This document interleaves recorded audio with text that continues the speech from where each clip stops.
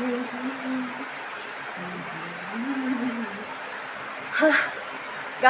ang magan roजाबखो नोंथांमोना एसे gas खालामदो आरोना.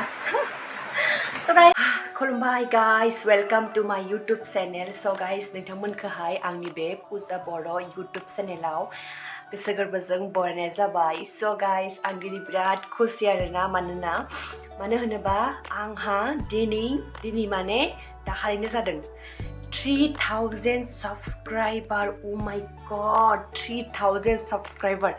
Guys, आंहा 3000 subscriber complete जाबाय YouTubeआव. नोंथांमोना आंखौ एसेबां अननाय होनाय थाखाय thank you so much. आरो नोंथांमोना साननो हागौ कि एसां 3000 subscriber होनाय एसां happy जादों मा जादों ओमफ्राय इबायदि साननो हागौ आरोना. किन्तु नोंथांमोना मा मिथिगौ आं बेयावनो बिराद खुसि जि मोनो बेयावनो खुसि जानांगौ नालाय बेनिखायनो आङो 3000 subscriber मोनदों बेयावनो आङो बिराद खुसि लोगोफोर. आसा खालामो नोंथांमोना बेबायदिनो आंखौ अननाय होबाय थागोन होननानै. So आं मैयानो लाबोनो सानदोंमोन आरोना भिडिअखौ 1000 subscriber जिहेतु जाबाय आंहा.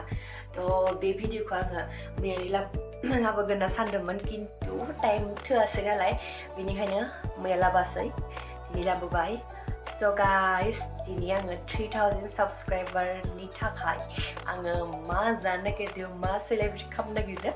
नोंथांमोना भिडिअखौ मोजां मोनोबा जोबजासिम नायलांबानो जाबाय लोगोफोर. ओमफ्राय आंनि फेसबुक पेज ओमफ्राय इन्स्टाग्रामखौ फल' खालामनो दाबाव आङो बै आंनि फेसबुक आरो इन्स्टाग्रामनि लिंकखौहाय डिसक्रिपसनाव होना दोनगोन. नोंथांमोना नायना लाबानो जाबाय लोगोफोर. ओमफ्राय आंनि चेनेलनि बेल आइकन बेखौ थुबानो जाबाय आरो लोगोफोर. आं बेखौ खिथाखायाखैमोन नालाय बेनिखायनो आंना भिउसआ एसे खम जादों आरोना. माने जायनि साबस्क्राइब खालामदों बिथांमोननियाव आंनि भिडिअफोरा माने नटिफिकेसन मोनहैया खोमा बेनिखायनो आंनि भिउसआ थाङाखै खोमा आरोना लोगोफोर. स' दिनै बिराद गरम नांदों ओमफ्राय गगाबो मोनदों होमबाबो आङो एखे देलाय मालाय आं पुरा माने मा होनो भिडिअ बानायनो होनना बानायबाय आरो लोगोफोर दे. So guys, दायो आंनो जागोन मेगि जागोन आङो. आंनि 3000 subscriber जानायनि थाखाय आं बिराद हेपि जादों बेनि थाखायनो आं मेगि जागोन. दा मेगि जानायखौ नोंथांमोनजोंहाय शेयार खालामदों. थ' नोंथांमोना भिडिअखौ मोजां मोनोबा जोबजासिम नायलांबानो जाबाय लोगोफोर. ओमफ्राय आङो बेबायदिनो मोजां vlog एगारबाय थानो ट्राइ खालामगोन. मोजां vlog एगारबासो नोंथांमोना नायगोन ना. ओमफ्राय आंलाय बेबायदि न'आव जानला मानला खामानि मावबाय थानायफोरखौ खिथिबा नायगोन नोंथांमोना नङा होमबा लोगोफोर. एसे देलाय मालाय बेरायनो थांनाय मा थांनाय बेफोरखौ खिथिबासो नोंथांमोना नायगोन नङा होमबा लोगोफोर. थ' बेनिखायनो मा जानांगोन चेनेला मनिटाइज जानांगोन. बेनिखायनो चेनेला मनिटाइज जानांगोन दे लोगोफोर. होमबासो आङो मोजां भिडिअ बानायनो हागोन ना माने बेरायनो थांनाय मा थांनाय. बेनिखायनो नोंथांमोना थाब आंनि चेनेलखौ नायबानो जाबाय. आंनि चेनेलखौ नङा आंनि भिडिअसफोरखौ नायबानो जाबाय.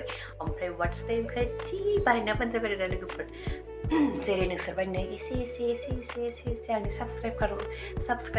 साबस्क्राइबारखौ बारायलांबाय थादो. बेबायदिनो एसे आंनि भिउसखौबो बारायलांबानो जाबाय आरो दे लोगोफोर. स' आं गगा मोनबाय थादों बोरैबा खस्थ' आं रायलायबाय थादों आरोना गगा मोनबाबो. स' बारा गोबाव रायलायला आङो.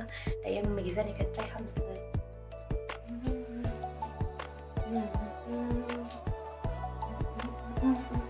गाइस नोंथांमोना मोसानांगोन ना मोसानांगौबा मोसानाय खिथिगोन. आं दा मेगि जानोसै आरो उखिबाय आंखौ मेंबायबो दे. पूरा स्पाइसी मेगी मिथिं लादो स्टिं with पियाज and it's Maggi. Oh my god.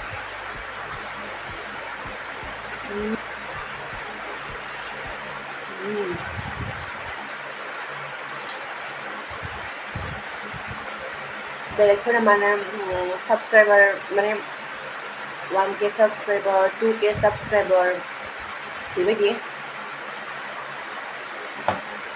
बेबायदि जाबाथाय केक खालायलायो आरोना रेस्टुरेन्टआव थांलायलायो. किन्तु आंनि एसे इउनिक आरो न'आवनो मेगि संनानै जानाय. बे स्पाइसि नुडल्सआ नङा फालौ गोरानसो दानो.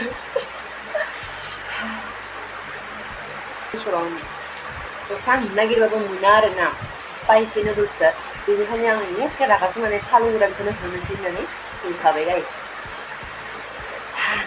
खिन्थु बांद्राय जाबाथाय दा उदैयासो आलुगोन आरो स' गाइस आं दा बेखौ जानो हानाय नंला ओरैबायदि फालु गोसा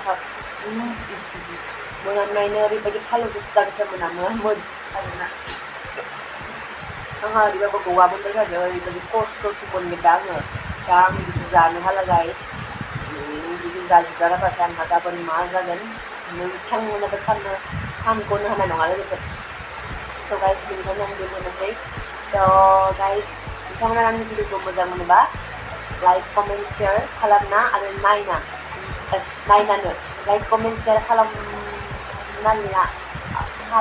जाबाय गाइस ओमफ्रायो नायनो बावगारनाङा दे लोगोफोर बाय बाय